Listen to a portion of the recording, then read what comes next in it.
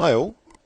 So let's continue our look at this Chigorin system, and basically the idea that in a way he was playing against the strategic principles which Steinitz was trying to teach in such a way perhaps that he's saying, you know, you don't need to just follow that pattern if you're going to positionally get the better of someone.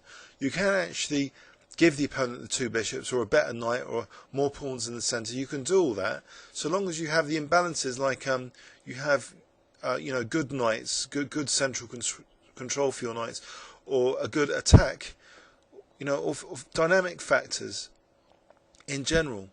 So here again, he reels out his Chigorin system against Harry Nelson Pillsbury in the St. Petersburg tournament, 1895 to 1896. So Nf3 Bg4. So the Chigorin system, c takes d5, and now White is actually prepared to let this black bishop recapture on c6. He plays actually d takes c6.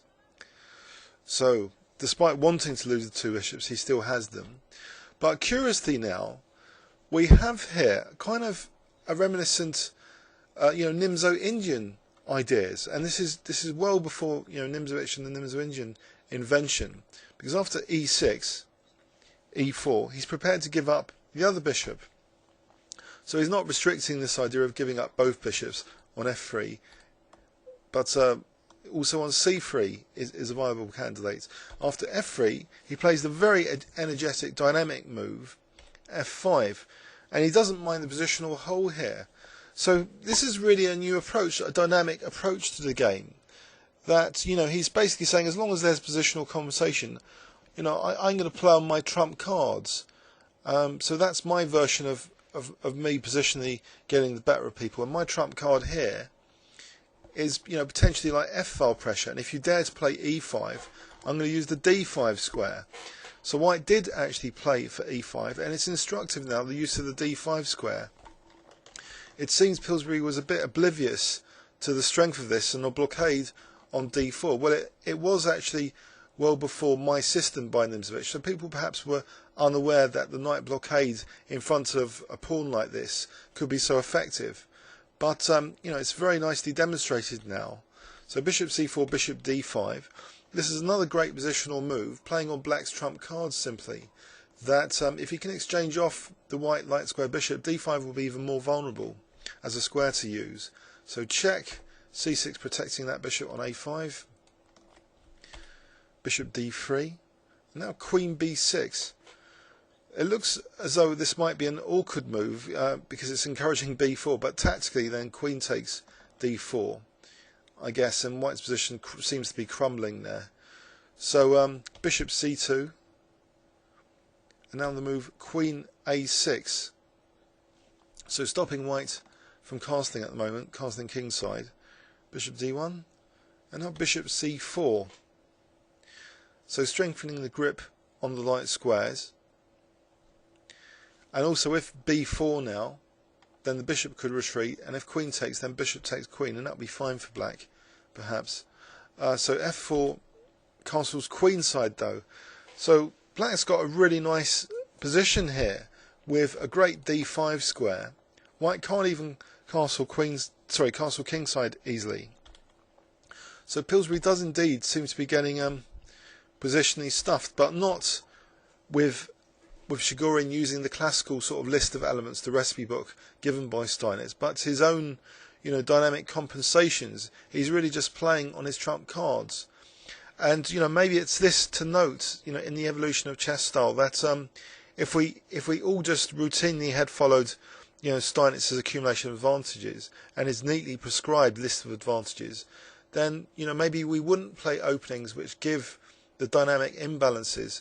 And so sometimes we do weaken squares, we do have a bad pawn structure, we do things which are naughty from a Steinitzian perspective, but we want to play on our trump cards. So that's the key thing which stops chess becoming what Sadie and Lessing described as technique. There's this threat that without the hypermoderns, without these dynamic players, that the creativity of chess would somehow it would be far less if people didn't play dynamically and literally try and break all the rules, all the generalizations, and finding their own compensations.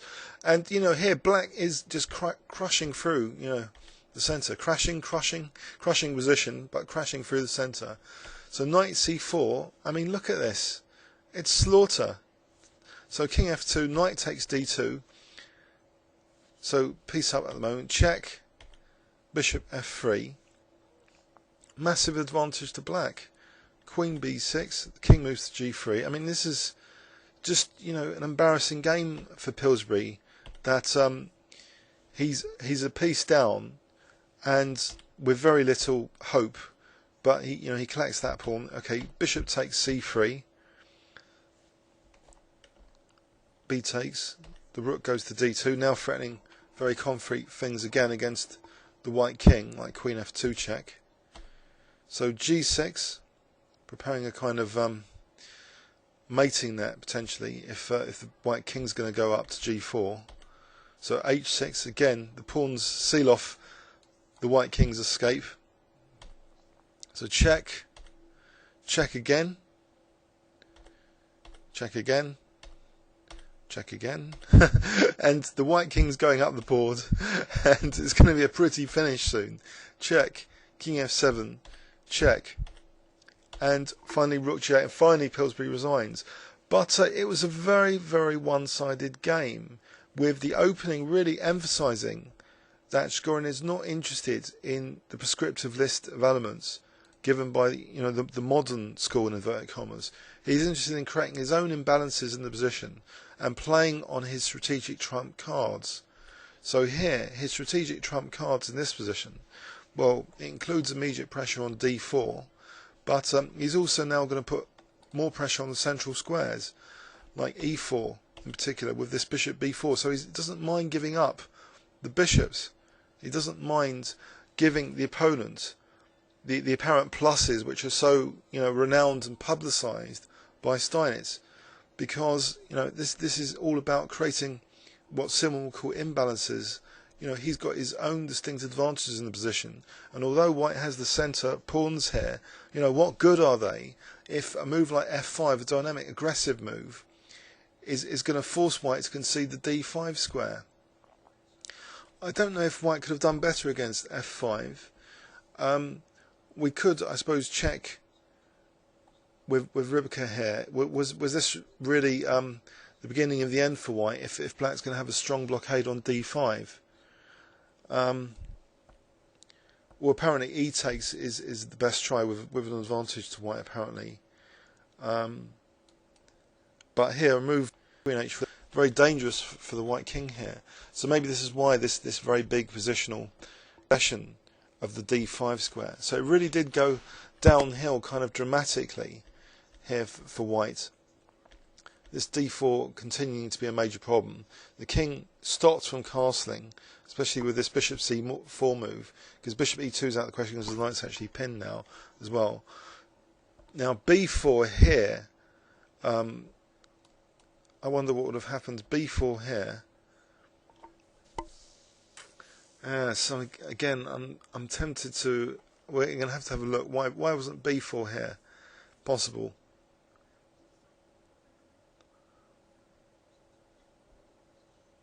Okay, d4's weak, so bishop b6 seems to be favouring black here a lot. Bishop e3, just maybe just take the queens. Black's just better because that d4 is such a terrible weakness. So okay, let's go back into the game. So castle's queenside, knight d5, knight b6 hitting the queen, and also winning that d4 pawn. So really white's just crumbling to bits. So bishop d3, the knight comes in, hitting d2. All while white couldn't even castle in this game. So Pillsbury, who'd won in the previous tournament in the Hastings tournament, Pillsbury had won, but in this game was just totally and absolutely slaughtered by Chigorin. So the king just getting really kicked around. marching up the board until rook g8.